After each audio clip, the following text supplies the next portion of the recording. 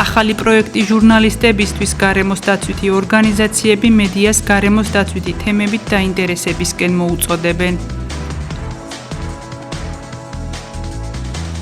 ზესტაფონელთათვის მეთევზეთა გასვლითი ტური დაიგეგმა, რა პროცედურები უნდა გაიარონ თევზაობის მოყვარულებმა გამარჯვების მოსაპოვებლად. თავისუფალი ბაღის გამოსაშვები ჯგუფი პირველ მასწავლებელს დაემშვიდობა გაცოცხლებული ზღაპრის გმირები და კეთილის სურვილების სპექტრში. 85 წელი გამოშვებიდან დღემდე მუნიციპალური გაზეთის მიმოხილვა საინფორმაციო გამოშვების თემა.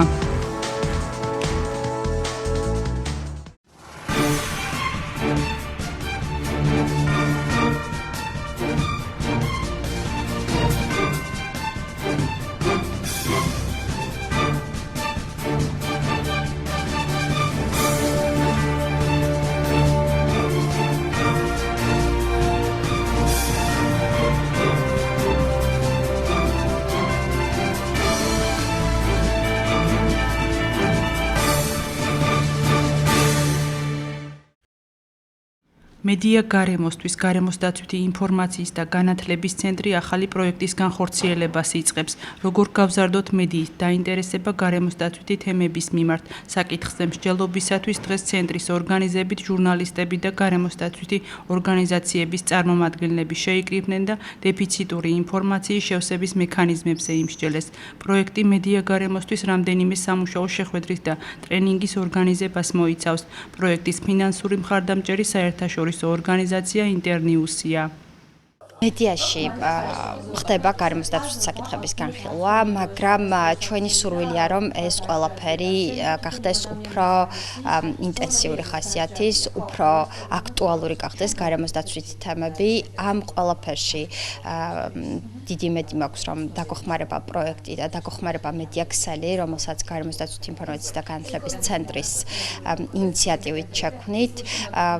გვაქვს ჟურნალისტების მხრიდან მზაობა, როგორც დღევანდელი შეხვედრიდან გამოიკვეთა და დიდი იმედი გვაქვს, რომ ჩვენი აქტიური თანამშრომლობა გამოიღებს ნაყოფიერ შედეგს. პროექტის აქტუალურობა გამოიწვია ზუსტად იმან, რომ საზოგადოებაში გარემოს დაცვის საკითხის მიმართ ცნობადობა არის ძალიან დაბალი.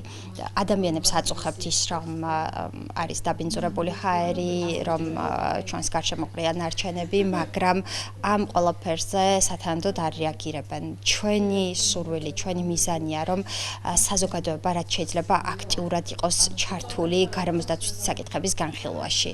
მედიის როლი გარემოს დაცვის საკითხებში საკმაოდ დიდია, ისევე როგორც ნებისმიერ სხვა საკითხებში, რადგან მედია არის ის ერთ-ერთი საშუალება, რომელიც აქტუალიზებას უკეთებს ნებისმიერ სხვადასხვა საკითხს, ხო?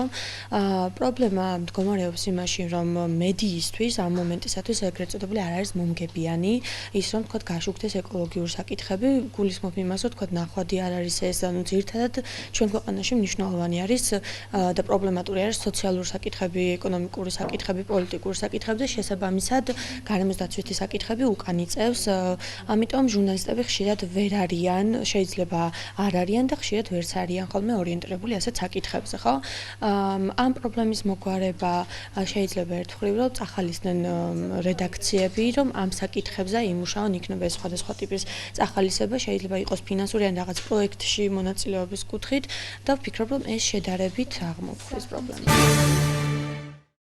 შაორის ტბაზე 25 ივნის მეთევზეთა გასვლითი ტური მოეწყობა. ღონისძიების ინიციატორი გამგეობის, სპორტის და ახალგაზრდობის საქმეთა სამსახურია. ღონისძიების მიზანია პირველ, მეორე და მესამე ადგილზე გასული მეთევზეების გამოვლენა, რომელთაც ფულადი პრიზები გადაეცემათ. მეთევზეთა ტურში მონაწილეობის მსურველთა რეგისტრაცია უკვე დაწყებულია. რეგისტრაცია გამგეობის, განათლების, კულტურის, სპორტის და ახალგაზრდულ საქმეთა სამსახურის, სპორტის, ტურიზმისა და ახალგაზრდობის განყოფილებაში და მაღაზია ძველ მონადირეში მიმდინარეობს. ვატარებთ მეთევზეთა გასვლით ტურს შაორის ტბაზე. დაწესებულია პრიზები, პირველი, მეორე, მესამე ადგილები, ფულადი ჯილდოები და შესაბამისი პრიზები. თუ კი ვინმე სურვილი აქვს მეთევზეთა გასვლის ტურში მიიღოს მონაწილეობა, ველოდებით განაცხადის შემოსატანად. მეთევზეთა ტური ზესტაფონში მეორედ ტარდება. მასში მოყვარული მეთევზეები ჩაერთვებიან. ტურნირის მონაწილეებს საერთო წესების დაცვა მოუწევთ. შეჯიბრი თევზაობაში 3 ანკესით მოხდება. საპრიზო ადგილები კი თევზის წონის მიხედვით განისაზღვრება. წესების დაცვა და გამარჯვებულების გამოვლენა კი ტურნირის მსაჯების პრეროგატივა იქნება.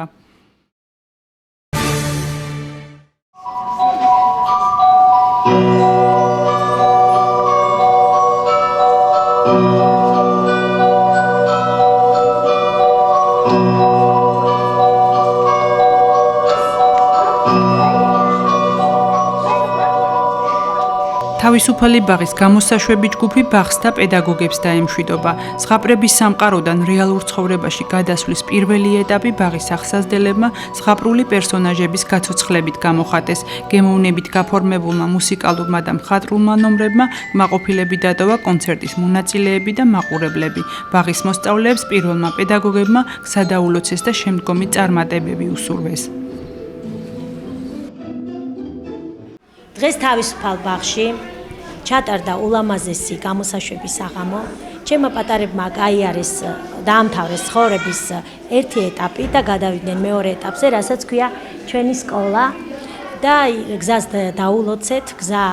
დაულოცეთ მათ და მინდა რომ იყონ ძალიან ბედნიერები, ჯანმრთელები და გაიარონ ცხოვრების ეს ახალი ეტაპი ძალიან წარმატებით. მე მუსიკალურად გავაფორმე დღეს ეს მშვენიერი საღამო და მინდა რომ ესეთი ზღაპრული სამყარო როგორიც მათ ჰქონდათ აქამდე, ასევე ზღაპრულად გაგრძელდეს იქეთ მეორე ეტაპზე.